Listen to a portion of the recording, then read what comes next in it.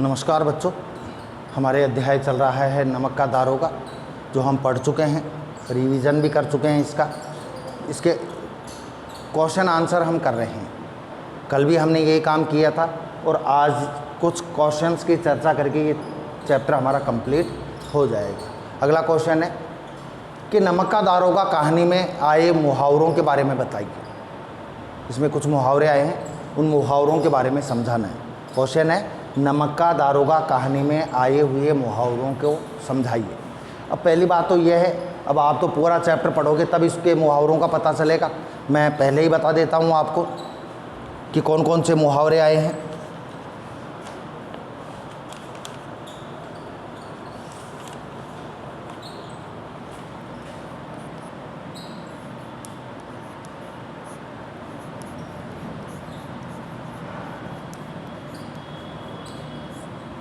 पो 12 होना, पहला। दूसरा,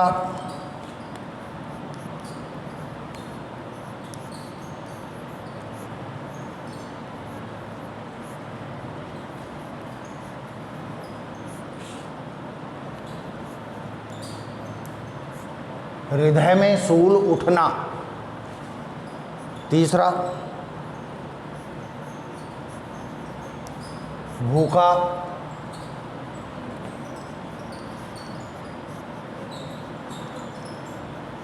सिंह होना। और चौथा,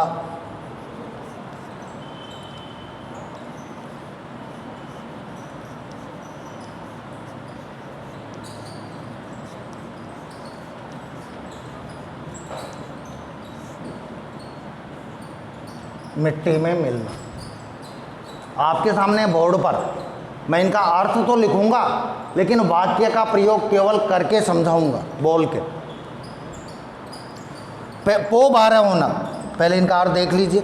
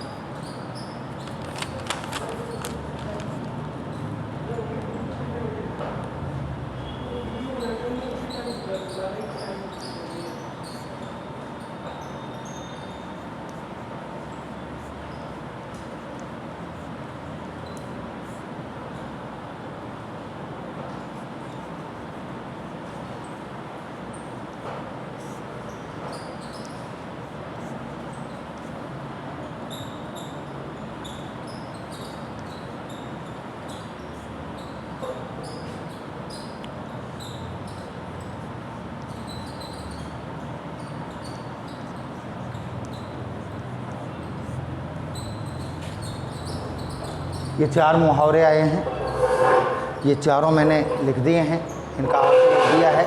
पहला मुहावरा है पो 12 होना। पो 12 होना का मतलब होता है लाभ ही लाभ होना। पो 12 होना, लाभ ही लाभ होना, ठीक है। दूसरा मुहावरा है हृदय में सूल उठना। इसका मतलब ईर्ष्या करना या ईर्ष्या होना। हृदय में सूल उठना, ईर्ष्या करना या ईर्ष्या होना। तीसरा है भूखा सिंह होना, मतलब अत्यंत क्रोध करना या अत्यधिक क्रोधी होना, भूखा शेर होना।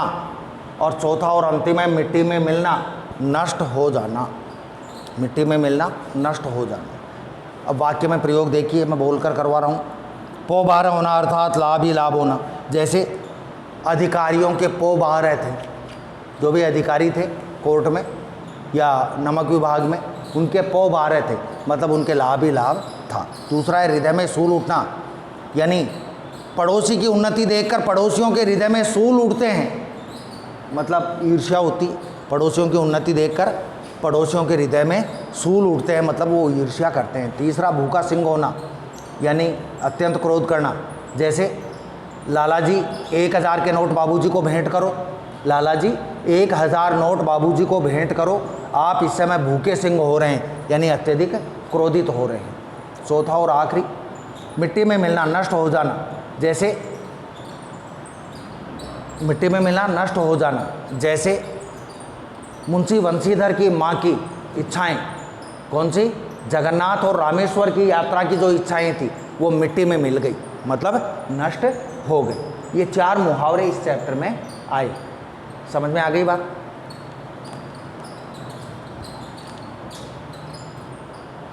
अगला प्रश्न है, इंपॉर्टेंट क्वेश्चन है, नमक का दारोगा कहानी के उद्देश्य पर प्रकाश डालिए।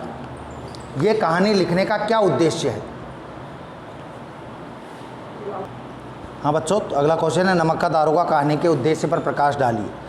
कहानी केवल मनोरंजन ही नहीं करती, ध्यान रखना, कहानी केवल पढ़ते हैं, सुनते हैं, एक मनोरंजन हो जाता है, टाइम पास कर लेते हैं, तो केवल कहानियाँ मनोरंजन ही नहीं करती, बल्कि प्रत्येक कहानी कोई ना कोई अच्छा संदेश भी देती है। वही काम इस कहानी ने किया है, इस कहानी ने भी एक अच्छा संदेश दिया है। इस कहानी का उद्देश्य कहा जाता है कि प्रेमचंद जी ने इस कहानी के द्वारा पाठकों को यह संदेश दिया है, प्रेमचंद जी ने इस कहानी के माध्यम से पाठकों को क्या संदेश दिया है? सत्य, ईमानदारी, नैतिकता, कर्तव्यपरायणता का मार्ग कठिन एवं कष्ट साध्य है। इस मार्ग पर चलने से कष्ट होते हैं, दिक्कत होती है इस मार्ग पर चलने से। कौन कौन से मार्ग पर? सत्य, ईमानदारी, नैतिकता और कर्तव्यपरायण के रास्ते पर चलने पर कष्ट ही कष्ट हैं, दुख ही दुख हैं, किंतु अंतिम विजय इन्हीं नैतिक मूल्यों की होती है, जीत इन्हीं की होती है। रावण ने, कंस ने कितने ही छल कपट का सहारा लिया, लेकिन सही राम और कृष्ण थे, इसलिए अंतिम जीत राम और कृष्ण की ही हुई। वंशीधर के आचरण एवं चरित्र में ये गुण विद्यमान हैं, चारों गुण, सत्य, ईमानदारी, नैतिकता और कर्तव्यपरायणता। वंशीधर के चरित्र में ये चारों गुण विद्यमान हैं। भले ही इन गुणों के कारण उनको प्रारंभ में शुरू में काफ़ी कठिनाई हुई, उनकी नौकरी तक छूट गई, पिता से खरी खोटी भी उनको सुननी पड़ी, पत्नी ने भी सीधे मुंह तक कई दिनों तक उनसे बात नहीं की, लेकिन अंततः अपनी ईमानदारी से वे आलोपी दीन को परास्त कर सके। खुद आलोपी दीन उनको लेने के लिए उनके घर आए। आलोपी दीन ने इस ईमानदारी पर प्रसन्न होकर उन्हें एक ऊंचे वेतन वाली नौकरी देते हुए, पंडित आलोपी दीन उनके गुणों से प्रभावित होकर एक ऊंचे पद वाली नौकरी देते हुए अपनी जायदाद का स्थायी मैनेजर नियुक्त कर दिया। ये गुण थे जभी तो पंडित आलोपी दीन आए। समझ में आ गया होगा? अगला क्वेश्चन, सिद्ध कीजिए कि वंशीधर एक आदर्शवादी नवयुवक है। सिद्ध कीजिए कि वंशीधर एक आदर्शवादी नवयुवक हैं। उनके चरित्र से हमें क्या शिक्षा मिलती है, क्या प्रेरणा मिलती है? नमक का दारोगा कहानी के प्रमुख पात्र वंशीधर उन आदर्शवादी नवयुवकों में से हैं जो सत्य, ईमानदारी, नैतिकता और कर्तव्यपरायणता को ही अपने जीवन का आदर्श मानते हैं। वो सोचते थे कि मैं इन 4 रास्तों को अपनाऊंगा, इन 4 मार्गों को कभी छोड़ूंगा नहीं। वे जानते हैं, वंशीधर जानते थे कि आज की दुनिया में इन नैतिक मूल्यों की कदर नहीं है। इन 4 बातों को मानने वाले को बेवकूफ़ समझते हैं लोग, वो इस बात को जानते थे। तथा इन पर टिके रहने वाले व्यक्ति को जीवन में एक बार कष्ट झेलने पड़ते हैं, मतलब ज़्यादातर उसका जीवन कष्टमय होता है जो इन 4 आदर्शों को मानता है, सत्य, नैतिकता, ईमानदारी और कर्तव्यपरायणता। धनवान व्यक्ति आलोपी दीन को गिरफ्तार करने के कारण, एक धनवान आदमी पंडित आलोपी दीन को उन्होंने गिरफ्तार कर लिया गलत काम करते हुए, अनैतिक काम करते हुए, और उनकी रिश्वत स्वीकार न कर उन्हें कष्ट झेलने पड़े। यदि वो बेईमानी पर उतर जाते, रिश्वत ले लेते 40,000 की, तो कोई कष्ट नहीं झेलना पड़ता, लेकिन हो सकता है बाद में कष्ट होता, क्योंकि पाप का अंत तो बुरा होता है। अदालत ने उन्हें फटकार लगाई। दुख इस बात का है कि वंशीधर सही होते हुए वंशीधर ने अदालत की फटकार सुनी, डांट सुनी। विभाग ने मुअत्तल कर दिया, नमक विभाग ने उनको सस्पेंड कर दिया, और पिता ने उनको खरी खोटी सुनाई। पत्नी ने कई दिन तक सीधे मुंह उनसे बात नहीं की, किंतु वे अपने कर्तव्य पथ से विचलित नहीं हुए, सत्य के, ईमानदारी के रास्ते से वो अलग नहीं हटे। इसका परिणाम यह हुआ कि आलोपी दीन स्वयं उनके घर आए और उनकी ईमानदारी से प्रभावित होकर अपनी जायदाद का स्थायी मैनेजर उनको नियुक्त कर दिया। ऊंचे वेतन वाली सुविधा संपन्न नौकरी उनको प्रदान की। यह इस कहानी को हम पढ़ते हैं तो यह कहानी हमें प्रेरणा देती है। कौन सी प्रेरणा?